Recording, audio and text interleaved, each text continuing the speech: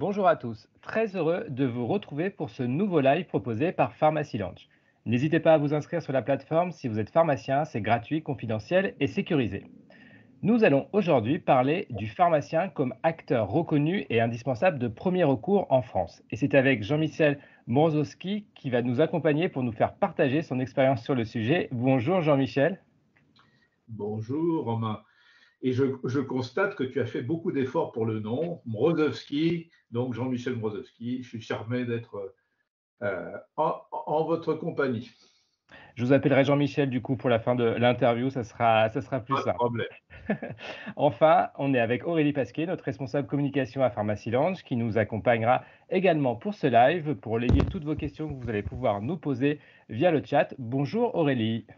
Bonjour, bonjour à tous. Donc, je suis Aurélie Pasquier, je m'occupe du marketing, de la communication et du digital chez Pharmacy Lounge.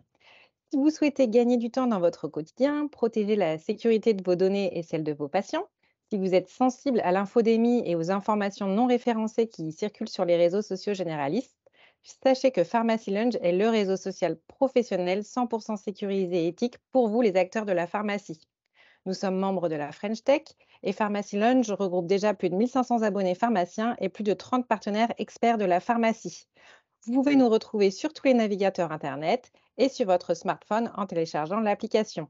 Ce sont également des fonctionnalités apparentées aux réseaux sociaux généralistes avec la confidentialité en plus. L'usage reste donc très simple et intuitif. Pharmacy Lounge, c'est aussi, comme aujourd'hui, l'organisation d'événements sur des sujets d'actualité variés pour vous accompagner au quotidien dans vos métiers. Je laisse tout de suite la parole à Romain Lecointre, pharmacien. Je vous souhaite un excellent webinaire et vous invite à rejoindre votre communauté sur Pharmacy Lounge à l'issue du webinaire pour y retrouver notamment la présentation que Jean-Michel vous proposera ce soir. Merci Aurélie. Alors Jean-Michel, première question toute simple pour démarrer ce live. Comment définissez-vous le premier recours en pharmacie? Alors, on a trouvé une définition qui me va bien, c'est trois mots. Le premier mot, c'est quand c'est nécessaire, il faut orienter. Ça, je pense que nous aurons beaucoup à en parler de cette orientation. Deux, soulager. Alors, ce qui est intéressant, c'est dans soulager, il y a deux termes. Un, il n'est pas intéressant pour ce qui me concerne de parler de traiter. On ne traite pas une pathologie à l'officine, on peut la soulager pour le moins. Et un troisième point qui est très important, c'est documenter, parce que il me semble que nous ne documentons pas suffisamment, dès lors nous n'avons pas la capacité d'avoir des informations qui nous permettent de nous améliorer. Voilà un peu ces trois mots, donc orienter, soulager, documenter. Alors Jean-Michel, même si je connais déjà un peu la réponse, est-ce que vous pensez que le pharmacien est le professionnel de santé de premier recours en France? Alors, il me semble qu'il fait partie de, des professionnels de santé de premier recours. Par contre, il a un gros avantage sur tous les autres. Tous les autres. Ce sont des capacités à être en proximité. Il y a une pharmacie, je crois que c'est tout à partir de 10 minutes, un quart d'heure de son domicile. Donc ça, c'est un point très important. Deux, la capacité et la facilité d'accès. Et là, cette facilité d'accès est extrêmement importante, surtout que là, on se trouve devant une désertification médicale qui fait que, en fin de compte, eh bien, c'est peut-être l'acteur le plus facile d'accès et en proximité dans le système de soins. Donc, c'est là où il a un enjeu majeur à jouer dans le premier recours, bien évidemment. Donc le pharmacien est bien le professionnel le plus adapté pour ce premier recours.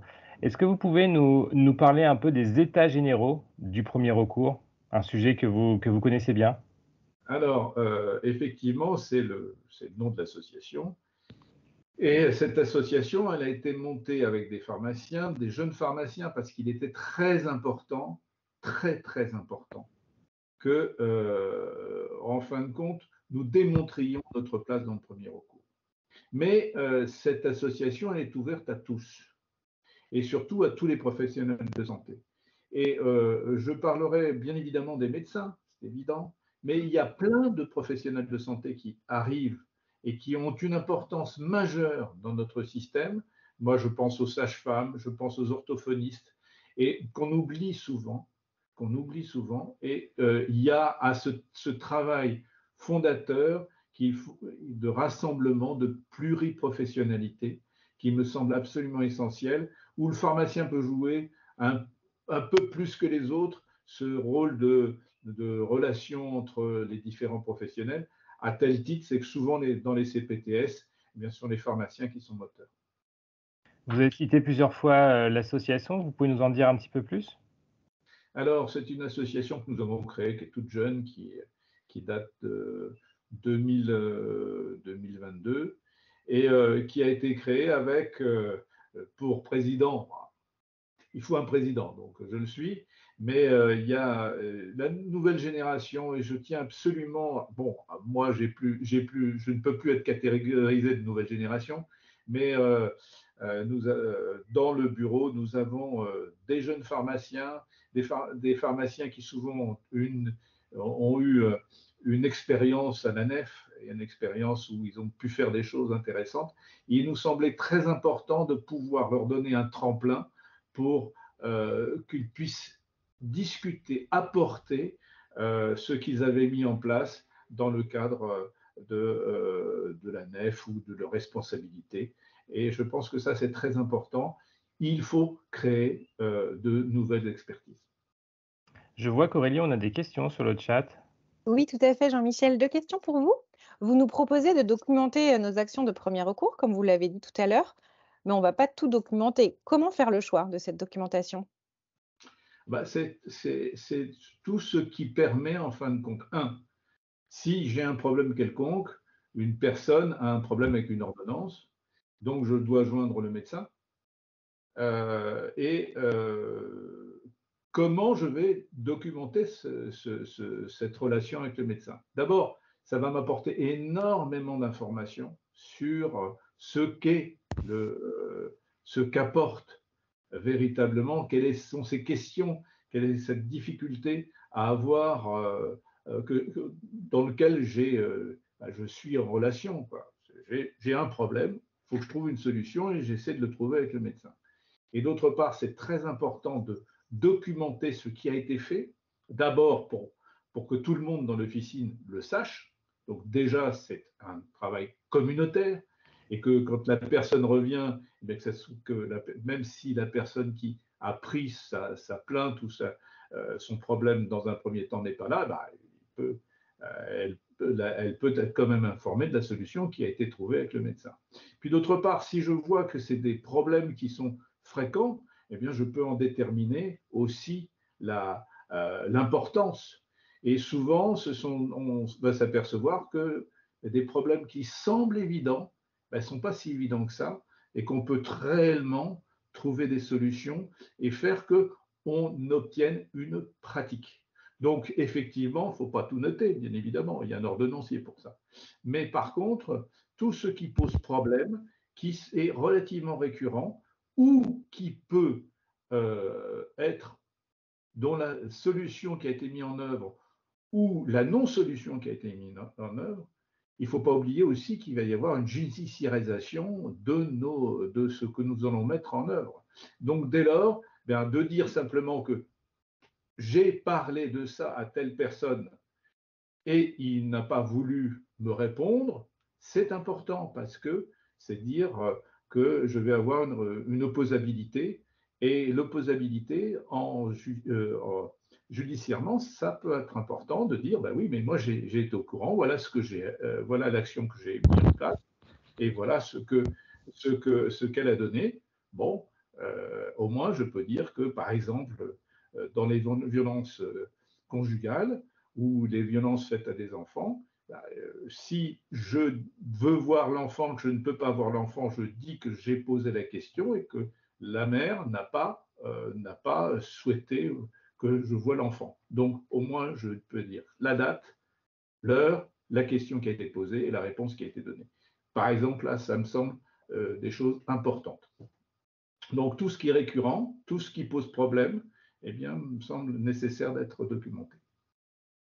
Une autre question, Aurélie? Super, merci. Oui, et dans le cas où on n'a pas de médecin généraliste pour orienter vers un avis médical, comment peut-on faire? Ça, c'est le sujet majeur. C'est que l'orientation, pour ce qui me concerne, va être le sujet majeur du premier recours.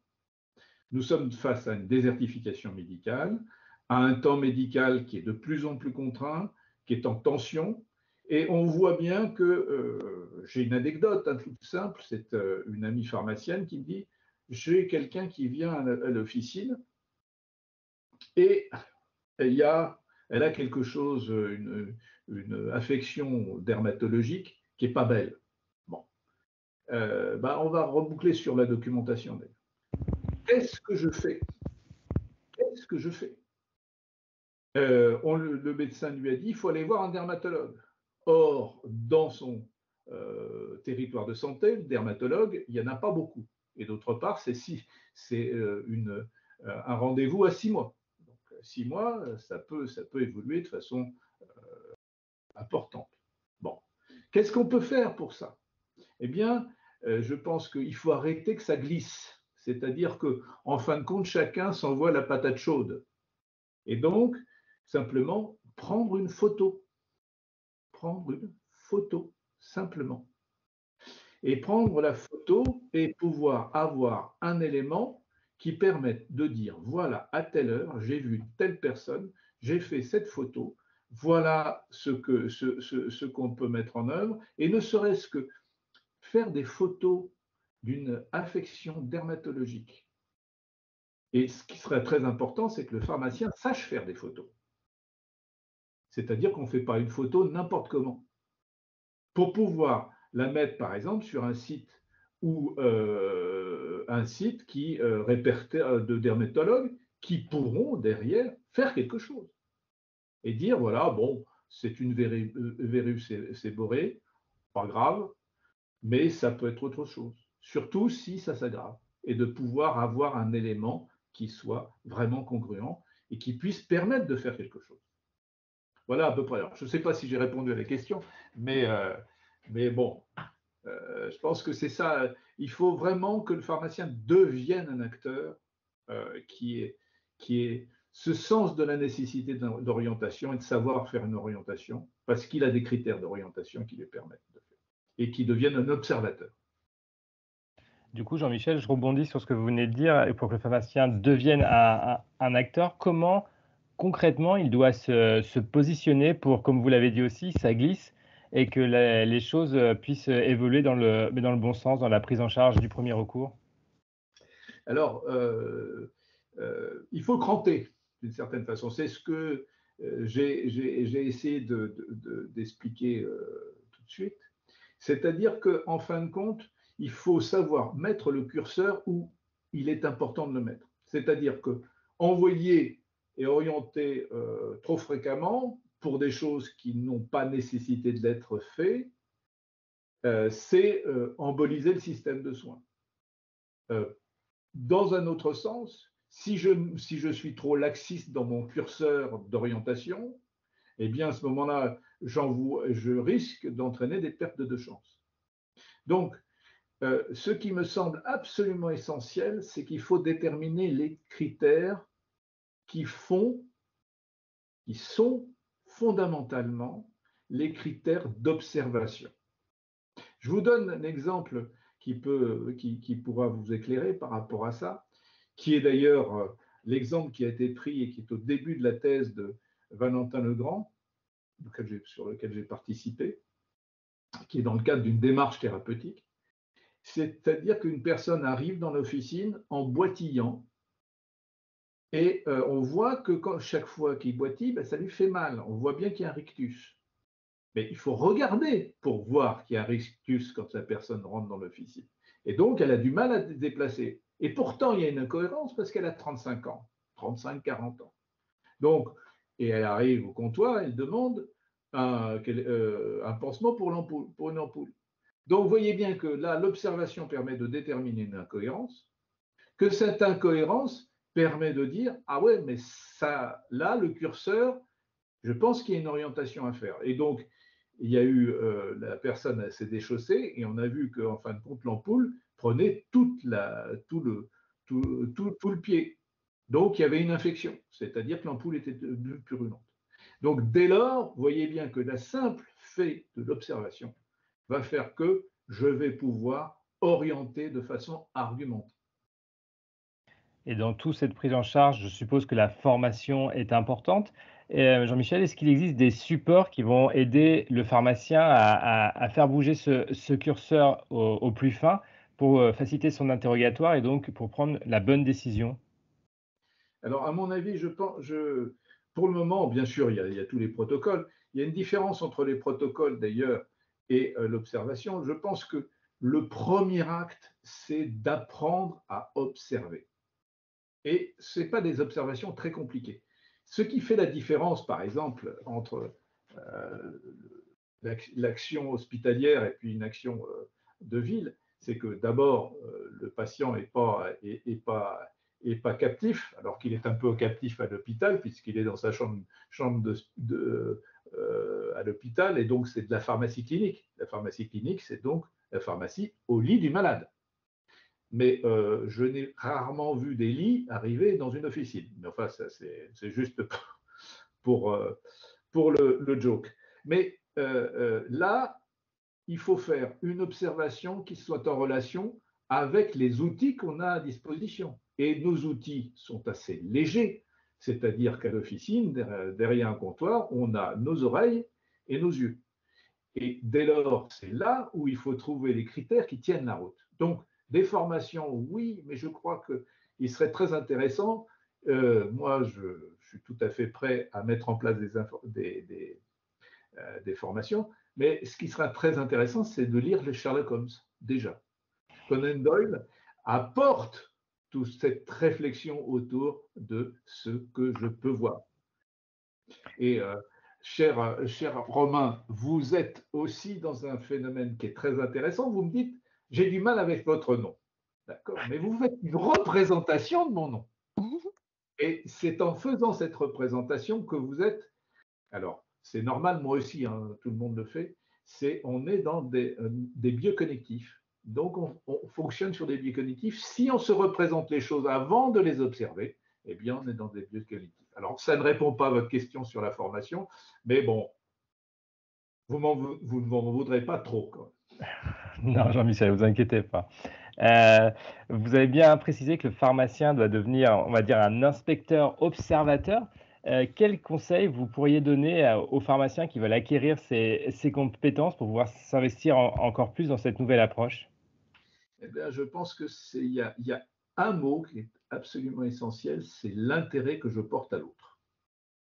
C'est-à-dire avoir un intérêt réel. Et dès lors, il y aura plein de choses qui vont apparaître. Regardez la personne rentrer. Regardez comment elle marche. Regardez si elle a une canne. Et se souvenir d'une personne qui, il y a encore 1 mois, 2 mois, venait sans canne et qui vient maintenant avec une canne. Ça veut dire quelque chose.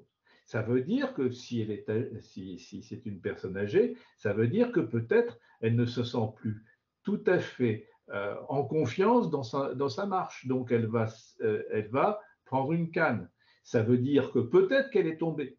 Si elle est tombée, eh bien, vous savez aussi bien que moi qu'une personne âgée qui commence à tomber, eh bien, elle va tomber de plus en plus souvent et plus elle tombera, elle aura du mal à se relever.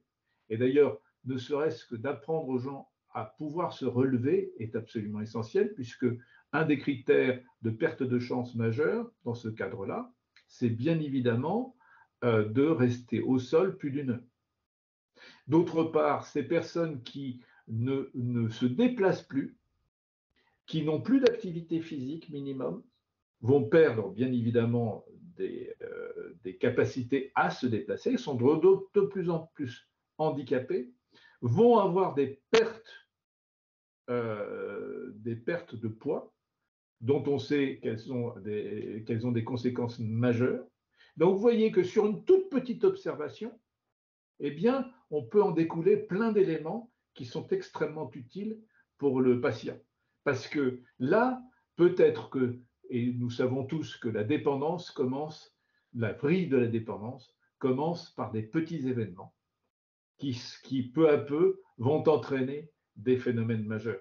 Il faut éviter que les personnes âgées rentrent dans cette vrille.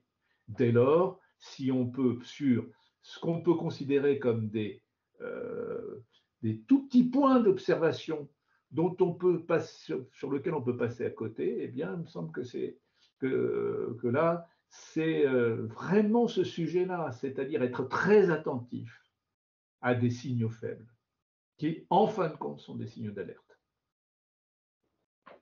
Aurélie, est-ce qu'on a des questions sur le chat pour conclure ce live? Oui, tout à fait, Jean-Michel. Comment peut-on apprendre à mieux observer?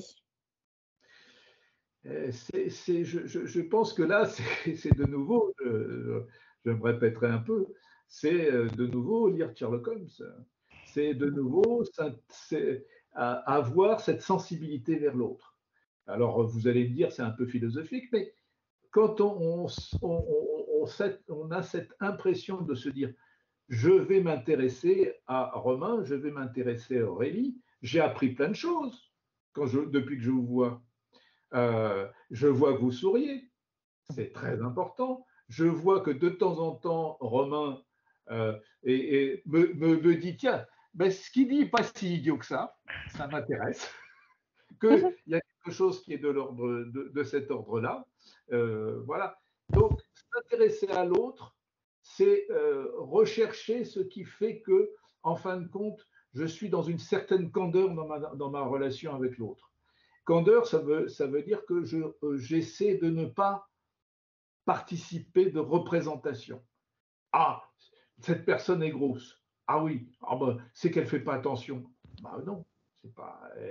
Quelquefois, on a des problématiques qui sont d'obésité qui ne sont pas du tout liées à un comportement qu'on pourrait qualifier de non conforme. Non, il y a plein de choses qui interviennent et c'est pour ça que s'intéresser à l'autre et simplement avoir dans sa tête la notion de dire j'ai envie de m'intéresser à l'autre, et peut-être que c'est pour ça qu'on est un professionnel de santé, enfin, je l'espère, eh bien, à ce moment-là, il y a vraiment un travail à faire là-dessus, et le comportement et l'absence de représentation. Alors, si vous me permettez une petite parenthèse, je sais bien que je fais des parenthèses de parenthèses, mais ça, c'est pas grave. On est tous le fait de nos représentations. Donc, tout notre intérêt fondamental, c'est d'éviter nos représentations, de faire un reset de ce qui est nos représentations. Ah, si la personne prend des opioïdes de palier 3, c'est qu'elle est très malade. Peut-être qu'elle va avoir un passage où elle a besoin d'avoir ces opioïdes, et parce que sa douleur est une douleur qui peut être gérée avec ça. Pourquoi imaginer le pire? Donc, revenir sur les réalités et être dans le factuel avec les moyens qu'on a. Et donc, on peut admettre qu'on a peu de moyens, mais que ces moyens, ils doivent être utilisés à plein. Donc, l'observation, voir et écouter et entendre ce qui est dit. Parce que souvent, on a tendance à capter un mot et c'est ce mot qui va faire qu'on va rendre une solution ou donner une solution qui est une solution trop standard. Il faut personnaliser cette solution parce qu'il y a un élément qui va être, ce n'est pas que le mot diarrhée, alors on sort l'antidiarrhéique. Non, diarrhée, ça veut dire plein de choses. Et donc la personne va dire, est-ce que c'est un inconfort? Est-ce que c'est récurrent, pas récurrent, etc., etc. Il y a plein de choses sur lesquelles on peut être très attentif. Je pense qu'il faut être observateur et attentif. Très clair, Jean-Michel, comme d'habitude. En résumé, orienté, soulagé et documenté, ça je l'ai bien noté. Lire Sherlock Holmes et être observateur, c'est la recette magique pour le premier recours. Un grand merci, Jean-Michel, de nous avoir éclairé sur toutes ces possibilités offertes de ce premier recours en officine. On comprend bien, grâce à votre présentation, l'importance de cette activité et peut-être d'autant plus aujourd'hui en post-Covid et la nécessité de développer cette activité en officine. Merci Aurélie pour votre participation et la gestion des questions posées sur le chat et nous vous donnons rendez-vous pour un prochain live. Merci, au revoir. Merci à vous deux.